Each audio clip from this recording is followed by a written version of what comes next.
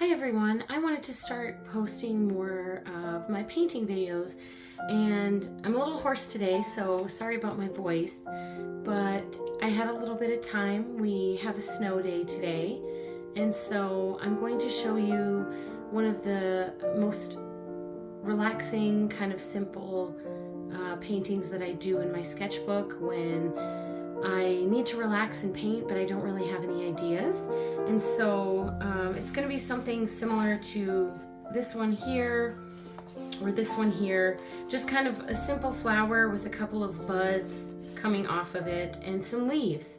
And so let's get started. I'm going to flip to a clean page. I've got my painting stuff set up here.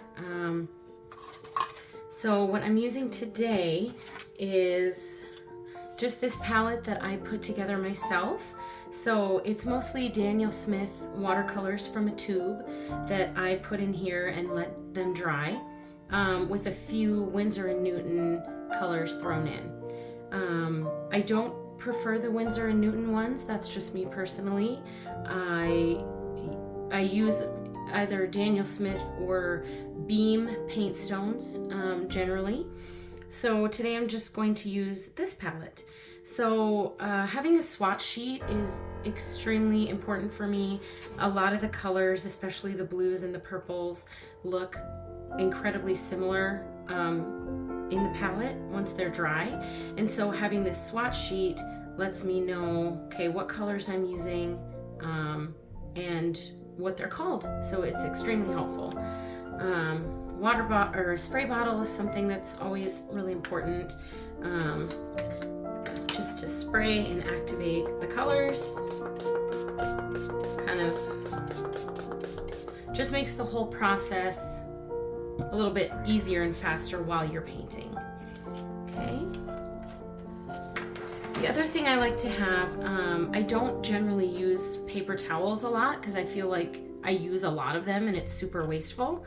So I have these sponges. You can just use like a kitchen sponge as well. And I got these just on like Amazon.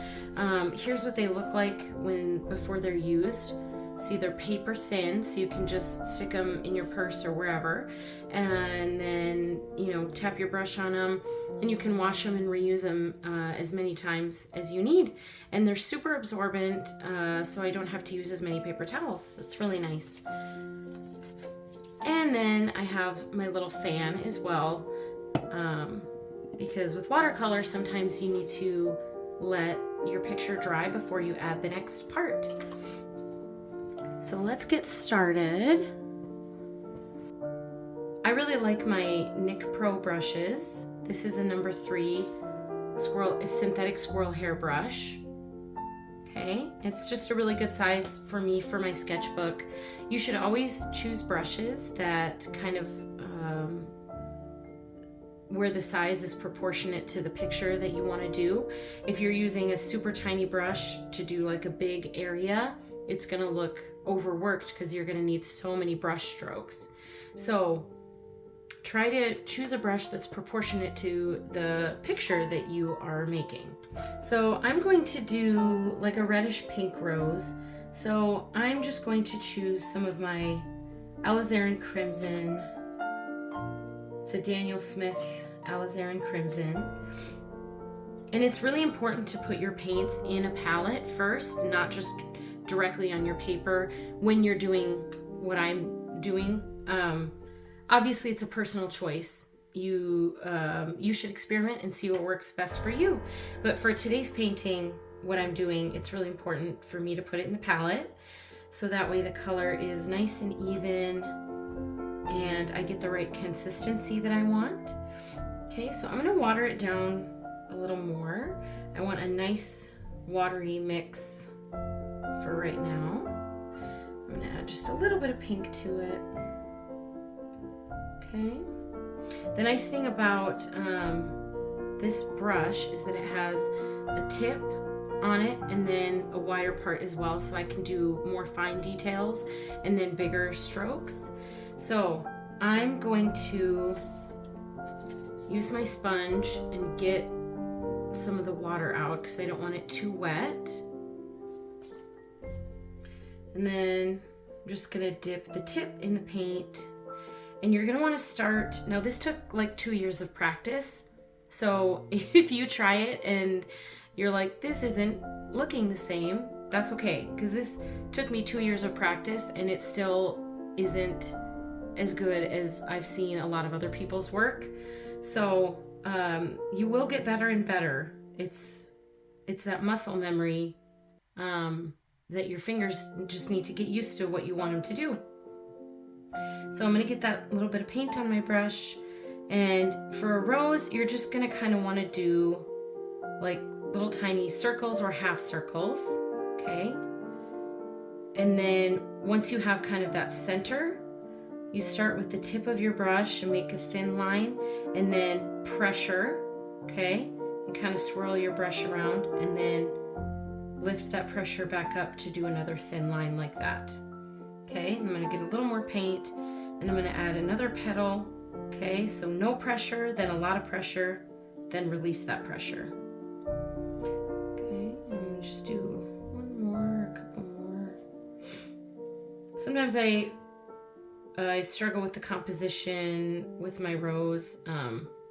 Roses have been something, I think they're the hardest for me.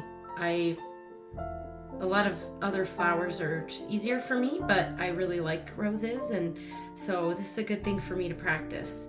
Okay, so that's getting really big, so I'm just gonna leave it. I don't super love the way it looks, but with watercolor, I've noticed it always looks better once it dries. So even if you're not happy, take a second, take a step back, kind of just give it a moment, okay? I'm gonna clean my brush and then kind of connect some of these spots. There's an excess of paint in my middle here, so I'm gonna kind of just pull that out a little bit. Okay, you wanna leave some white space. All right, now I'm gonna get some green. I'm just gonna use sap green. It's a Daniel Smith color. It's one of the ones I use most often. And then I'm also going to grab some of the Indent Throne blue, because I want kind of a bluish green. Okay, and then just kind of squeeze off that excess paint into the well of your palette. So I'm gonna do a stem. So I kind of want the color to bleed in a little bit, so that's okay if it touches and bleeds like that. If you don't want it to bleed in, make sure you let your rose dry first, but I kind of like the look of it bleeding in there. Rose stems are a little thicker, have some lumps and bumps, so I'm just gonna kind of slowly work my way down here. Okay, and then I'm gonna add another stem here. Maybe another one here, because I want to add a couple of buds. And then rose leaves, there's lots of different types of roses. So I just kind of do a basic leaf. You want a little stem, and then put that pressure for that big leaf, and kind of shake your hand a little bit to get kind of that organic shape. Okay, I'll show you again. Kind of thin stem, then you want kind of a crazy curly leaf like that. Get a little more paint on the brush. If you add some shadows and some darkness there. Okay, because all the leaves look different, right? Okay. And then I want to add some leaves at the base of my flower as well. And these, just do like little swipes, little blobs. You know, they don't have to be perfect. Sometimes I like to add a leaf up here. Kind of just depends. Okay, so I like that composition. For me, that's pretty good. Composition is something I struggle with a lot. So I think that looks pretty good. Now I'm going to take a little bit more of my reddish pink mixture, and I want to just add a couple of buds here. So you can just do like little blobs, or if you want to make it more detailed, do a couple of little circles, and then kind of one swipe and then two swipes for those little petals that are forming. Okay. It's looking pretty good.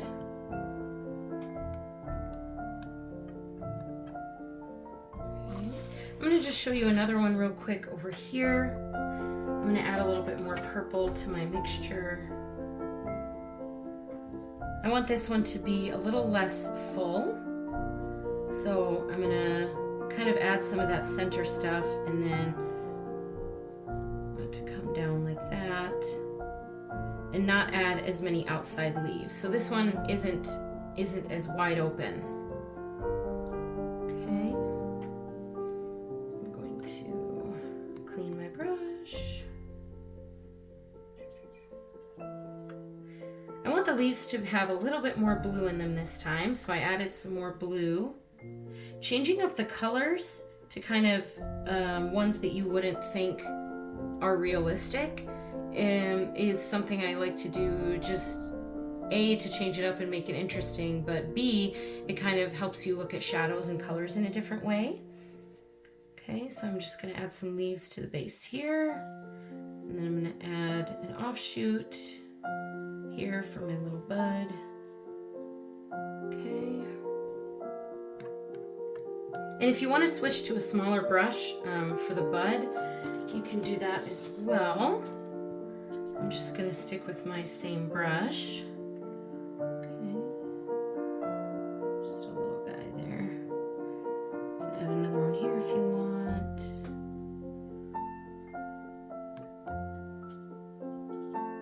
See, every time I'm cleaning my brush, I'm kind of scraping the water off and then putting it on my sponge so that all that excess water is squeezed off there, because you don't want too much water on your picture, on your paint, or it's gonna get away from you.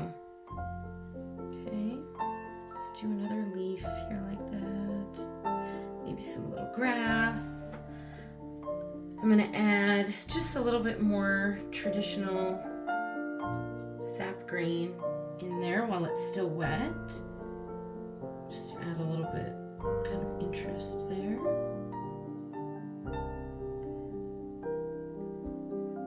That already dried, so I got my brush wet again.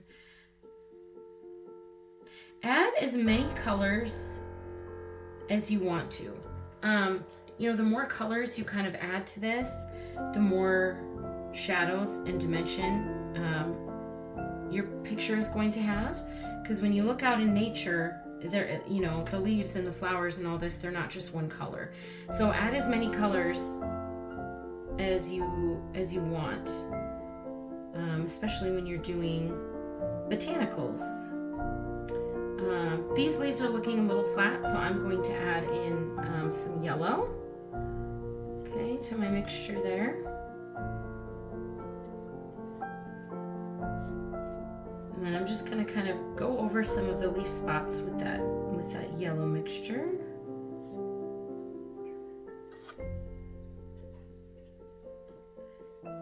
Just in little areas, just to add a little bit of shadow there. Okay. And I like to go around and just add some little like tendrils. I'm holding my brush very loosely like this and letting the brush kind of just like dance on the paper. To make it look a lot more organic and natural. This is totally optional. It's something I just recently started doing, just for fun. Okay. Just adds a little bit of something. And then the last thing, sometimes I like to add a little butterfly or something in there. So I'm going to get a little bit of blue. I'm just going to go boop, boop. I don't make them too detailed. I just want a couple little butterflies. Okay. This one.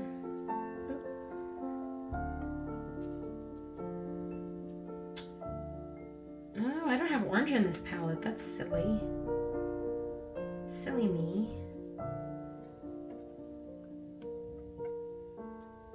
Orange isn't a color that I typically use a whole lot. But still, okay, there we go. And I'm just gonna add a little guy right here too.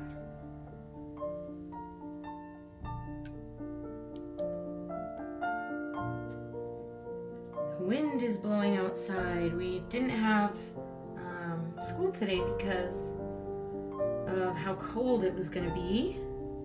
I'm just adding a little darker spot on these butterflies to kind of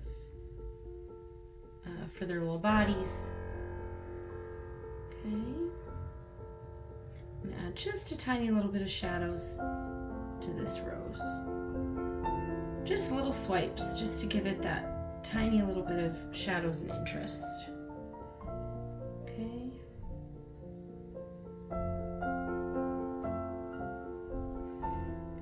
And then my favorite part, not everybody likes this, but I do.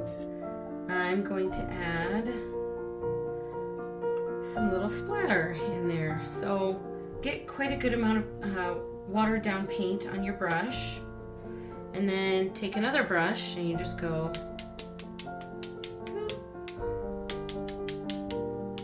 add as much or as little as you want. It's kind of like the pollen, you know, floating around in the air. And also, if I feel like the picture is missing something, it kind of fills out the composition for me of my sketchbook page. So there are a couple of different kinds of things that I like to do when I just want to relax and paint something. Try it out. Let me know what you think. And don't forget to sign your work and date it so that you can monitor your progress.